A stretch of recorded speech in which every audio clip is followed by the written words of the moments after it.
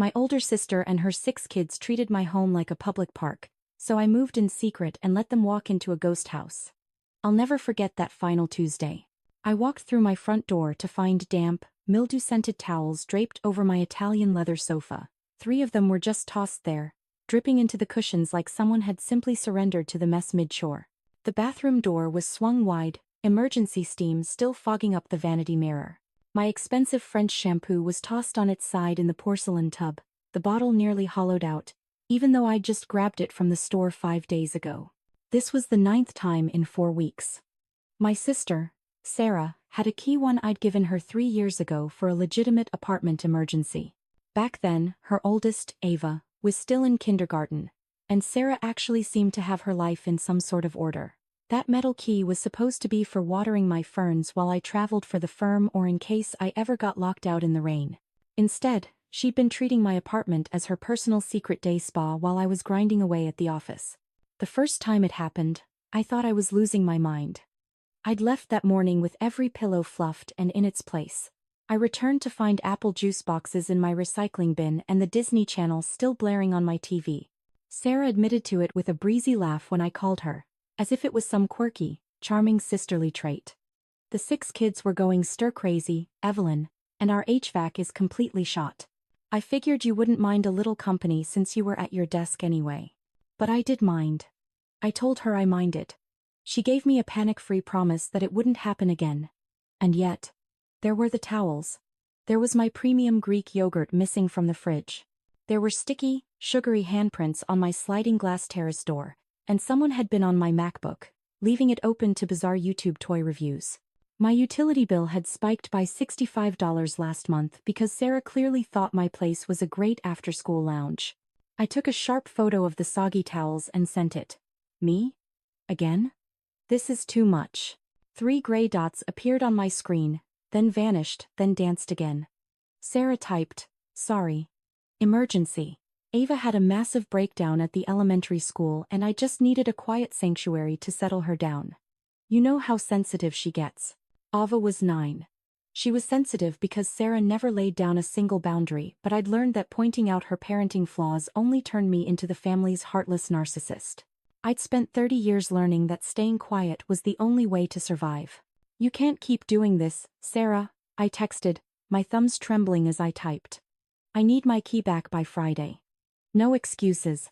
Her response was nearly instantaneous. "Evelyn, don't be so dramatic.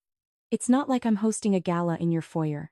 You're at your desk at the firm all day anyway. What's the harm in us being there?" "That isn't the point," I fired back. "The point is privacy. The point is respect." "Fine," she replied with a virtual eye roll. "I'll be more cautious." She wouldn't be.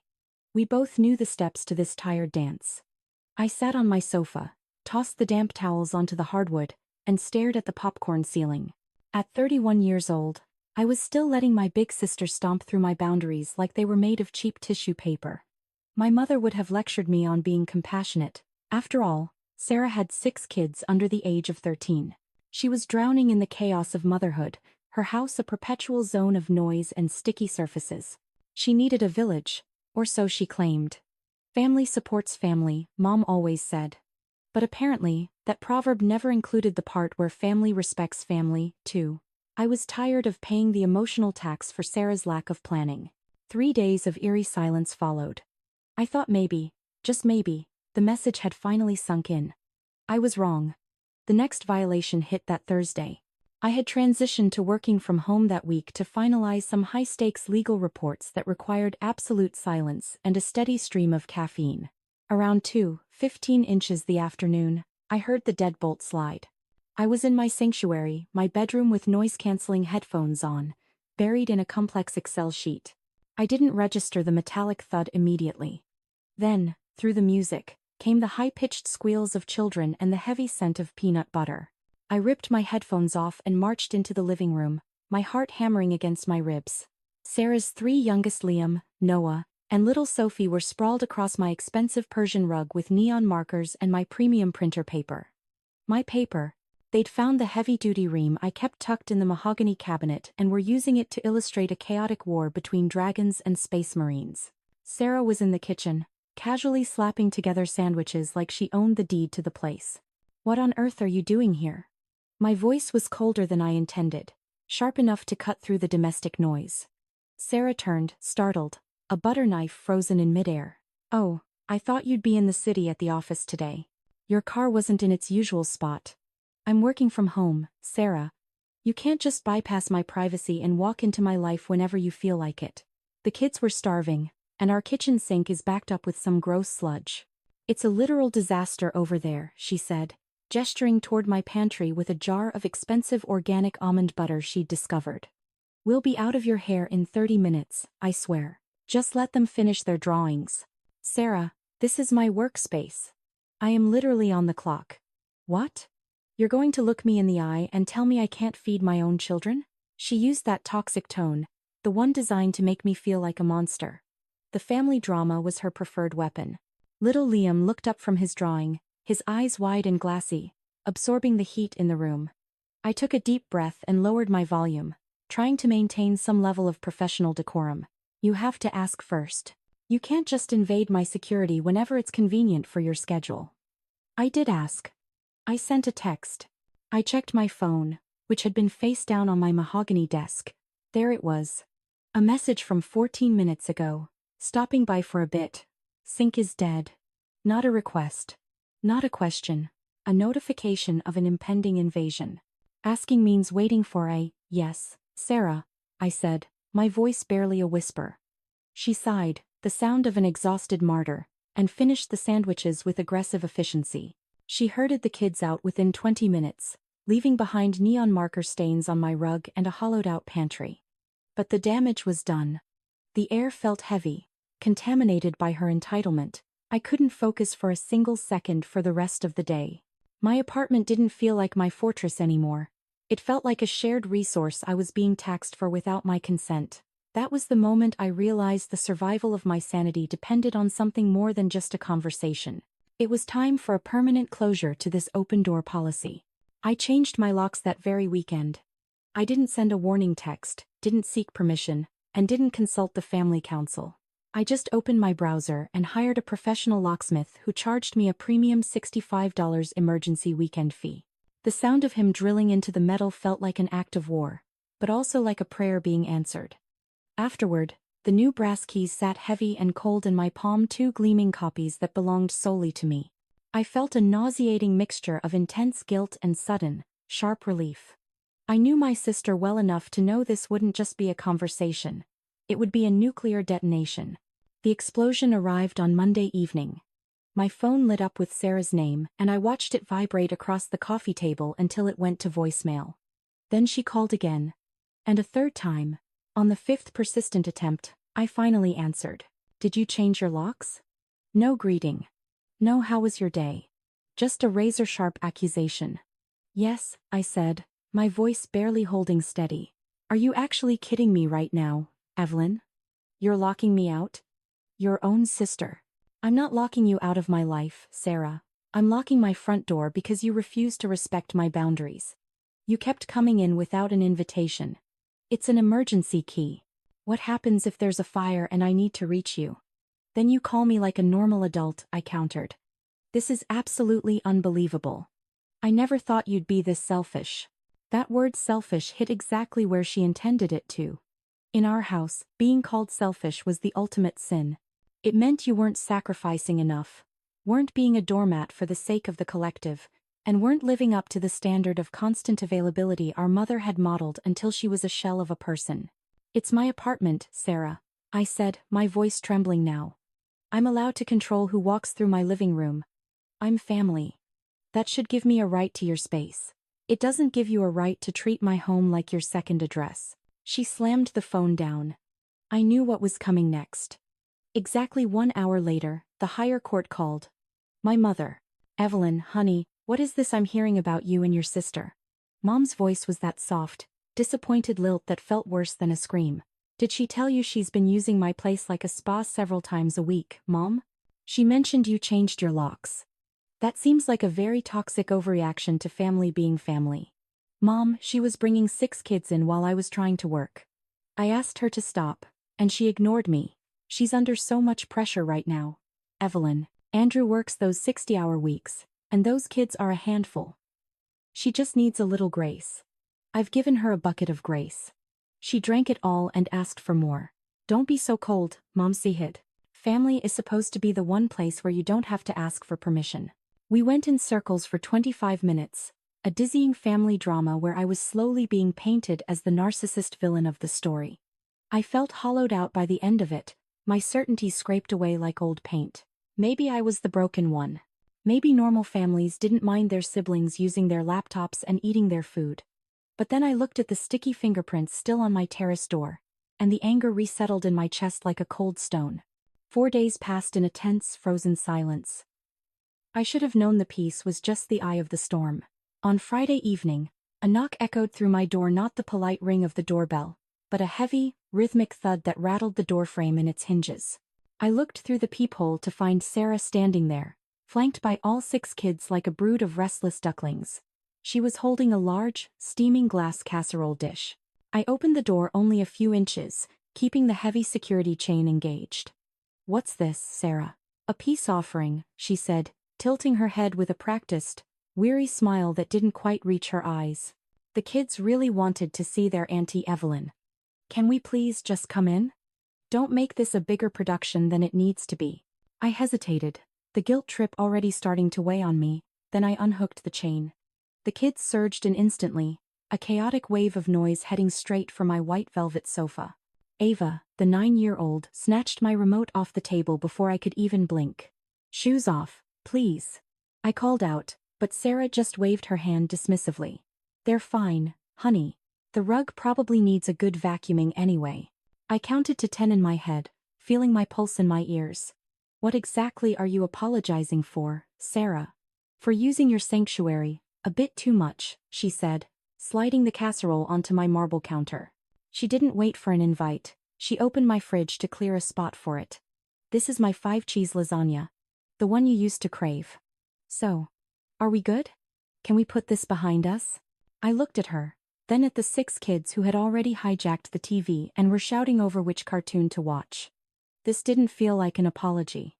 It felt like a tactical maneuver. A narcissist classic.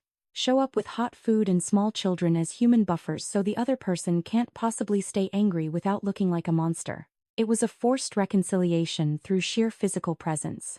"We're okay," I said slowly, choosing my words with the precision of a session in court, "but I'm still not giving you a copy of the new locks." "That's final." Her smile went tight and brittle. I figured as much. She stayed for exactly 40 minutes, herding the kids out once they'd scattered crumbs across my floor. I ate a square of the lasagna that night, and it was delicious, which somehow made me feel even more manipulated. Why could she be so thoughtful in ways that cost her nothing, a tray of pasta, while being so utterly heartless in the ways that actually mattered? I thought we'd reached an agreement to disagree, but the true test of my survival was only just beginning. The harassment didn't simply stop. It evolved into a sophisticated campaign of digital probing. Sarah began a relentless series of check-in texts that were clearly designed as stress tests for my boundaries. "Evelyn, do you still have that high-end air mattress I lent you last summer?" Followed by, "The kids are begging for a slumber party at your place. Noah wants to order extra pepperoni." Then came the most transparent move of all. "I gave your personal cell to my friend Chloe. Her sister is desperate for a unit in your complex. Can you give her a private tour?" Each notification was like a sonar pulse, Sarah searching for a structural weakness in my resolve. I kept my responses strictly professional, like a cold legal deposition brief, detached, and utterly non-committal. I refused to give her a single inch of leverage. But when the digital stalking failed, she pivoted back to physical intrusion. She'd show up at my gate under the guise of being in the neighborhood or claiming the 6 kids had drawn me elaborate miss you cards that couldn't possibly wait. Once, she demanded to use my powder room because little Liam was in the middle of a potty emergency, completely ignoring the perfectly clean Starbucks on the next block. Every visit was a calculated heist of my mental peace. She'd linger in my entryway, her eyes darting around like she was looking for a spare set of keys. I was forced to adopt a desperate new survival tactic, pretending my own home was a tomb. I'd stand in my darkened master bedroom, my heart thundering in my ears, watching Sarah's silhouette through the heavy blinds as she hammered on my door for 10 minutes straight. It was humiliating a successful, grown professional hiding in the dark from her own sibling. You have to be clinical about this, Evelyn, my friend Brenda advised over a glass of wine. Stop with the maybe and the later. You need to dictate the closure of this chapter once and for all. So, I sent the manifesto text. I laid out the law. No unannounced pop-ins. No kids without a 48-hour session of notice. No treating my private security as her personal storage unit. Her reply arrived 4 hours later, dripping with toxic vitriol. Wow. I didn't realize I was such a monstrous burden to you. I'll make sure to never disturb your precious sanctuary again. That was the narcissist's classic pivot, shifting from the aggressor to the wounded party. 2 weeks of blissful, icy silence followed. Then, I returned from a late night at the firm to find a handwritten note taped to my door.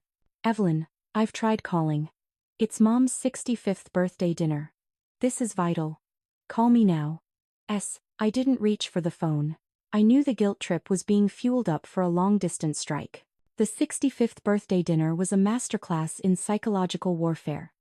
We were crammed into a corner booth at an upscale steakhouse, the air thick with the suffocating weight of unaddressed family drama. Andrew, Sarah's husband, wouldn't even meet my eyes, his stony silence confirming that Sarah had spent the last month painting me as the family's resident heartless villain. The 6 kids were a chaotic whirlwind, spilling sodas and climbing the leather upholstery while my mother tried to force me into a conversation about my dating life, anything to paper over the toxic cracks in the room. I made a flimsy excuse about a morning filing and escaped before the candles were even lit. The final breaking point snapped on a sweltering Saturday in September. I had spent the day deep cleaning, my noise-canceling speakers blasting Coltrane, my phone left face down in the kitchen. When I finally checked it at 4:45 p.m., I found 18 missed calls and a barrage of texts. Evelyn, answer the damn phone. This is a real emergency. I'm pulling into your lot now. My stomach turned to lead. I dialed her back, my hand shaking. What is wrong? I demanded. Where the hell have you been? She shrieked. I had a hair appointment I've had on the books for 3 months. Andrew got called in for a shift, and because you weren't answering, I had to cancel and forfeit my $100 deposit. You're paying me back for that. You called me 18 times for a babysitting favor. I was paralyzed by the audacity. If you can't be there for your sister in a crisis, what's the point of even being family? The guilt trip failed to launch this time. The family drama had finally burned through its last bit of oxygen. I sat on my polished floor and realized I was done. I wasn't just exhausted. I was extinct in this version of the family. I realized this apartment would never truly be mine as long as she knew the zip code. I needed a total surgical closure. My lease was up in 8 weeks. I had intended to renew, but now, I was orchestrating a disappearance. I began browsing listings in secret, hunting for a building with a gate, a biometric fob, and a security team that didn't believe but I'm her sister was a valid pass. I found a 1-bedroom hidden 25 miles away in a quiet, tree-lined suburb. The rent was a steep hike, but the survival of my soul was worth every penny. I signed the papers in a private session on a Tuesday, and for the first time in years, I felt like I could breathe. The move itself was a surgical operation carried out under the cover of a crisp Halloween morning. While the rest of the world was carving pumpkins, I was loading the final remnants of my life into a nondescript white truck. By noon, my old apartment was a hollow shell, stripped of the sensory triggers that had haunted me for months. I stood in the empty living room one last time, looking at the spot where the wet towels used to lie and where I once crouched in the dark, and I felt nothing but a cold, clinical closure. I dropped my old lock's keys into the drop box and drove toward my new move-in date with the windows down. My new place was a fortress of silence. The security was top-tier key fob access only, thick soundproof walls, and a staff that actually enforced boundaries. I didn't tell a soul. Not my mother, not the cousins, and certainly not the family's resident narcissist. I spent the first week in a blissful, hushed session of unpacking, finally existing in a space that was 100% mine. Then, the inevitable crack in the silence appeared. My former landlord, Mr. Henderson, texted me on a rainy Tuesday. Evelyn, just a heads up. A woman claiming to be your sister was pounding on your old door today. I had to inform her that you'd vacated the premises. She seemed, let's say, extremely agitated. Hope everything is okay. I could practically see Sarah's face in my mind, the confusion curdling into a toxic rage as she realized her playground had been permanently shuttered. An hour later, my phone exploded. 5 calls in a row. When I didn't answer, she left a voicemail that sounded like a legal indictment. Evelyn. What the hell is going on? Your landlord says you moved? You didn't give me the new address? Call me back this instant. The family drama had reached its fever pitch. When I finally called her back, I didn't lead with an apology. I moved, Sarah. It's done. How could you just disappear? That is so selfish, even for you. I didn't disappear. I'm right here on the phone. I just changed my coordinates. Where is the new place? I need to know for the kids. I'm not sharing that right now, I said, my voice as steady as a surgeon's hand. I need my own survival space. I need a place where I don't have to worry about the lock turning at 2 p.m. without a yes from me. You're toxic, Evelyn. You're actually ghosting your own blood. She slammed the phone down. But I knew the grand jury, my mother, was already being impaneled for the final session of my character assassination. The aftermath was an all-out blitz of family drama. Within 72 hours, my phone was a minefield of concerned calls from aunts, second cousins, and even our grandmother's bridge club. Sarah had spent her week weaponizing the narrative, telling anyone who would listen that I had abandoned the family and vanished into the night. It was a classic narcissist move. If you can't control the person, you control how others see them. My cousin Michelle called me on a Wednesday, her voice dripping with artificial sympathy. I heard you had a breakdown and moved without telling a soul, Evelyn. Is everything okay? Sarah is just so worried about your mental state. I had to spend 30 minutes explaining the reality of the boundaries I'd been forced to build, watching Michelle's tone shift from pity to stunned realization. Oh, she didn't mention the locks or the kids using your place as a daycare. She made it sound so sudden. Then came the Thanksgiving ultimatum from my mother. If you don't show up to the family dinner and offer Sarah a sincere reconciliation, you are effectively tearing this family apart. Family is the one thing that is supposed to be unconditional. It's only unconditional if I'm the one doing all the giving, Mom, I replied. I'm not coming to Thanksgiving to be a centerpiece for a guilt trip.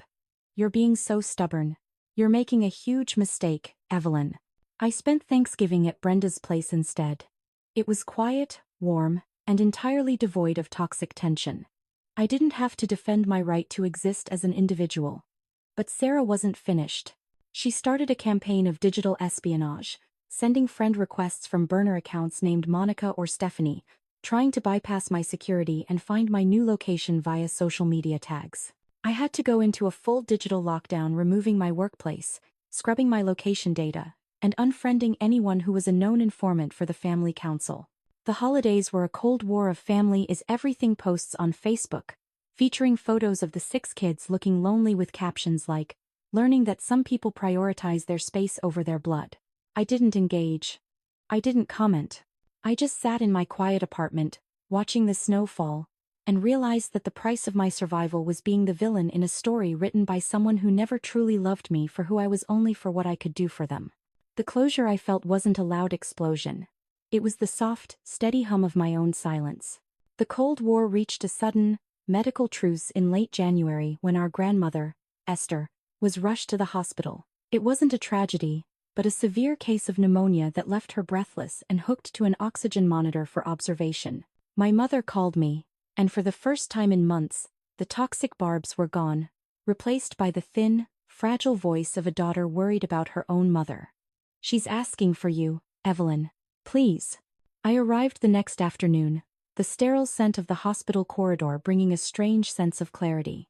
Grandma Esther was sitting up, complaining about the lukewarm broth and the lack of decent cable TV. Her eyes, however, were as sharp as ever. Evelyn, you finally showed your face. I've been around, Grandma. Just focused. Your sister says you fell off the map, that you're having some kind of episode. I sat down, taking her paper-thin hand. I just moved. I needed a different kind of security. She studied me, her gaze lingering on my face.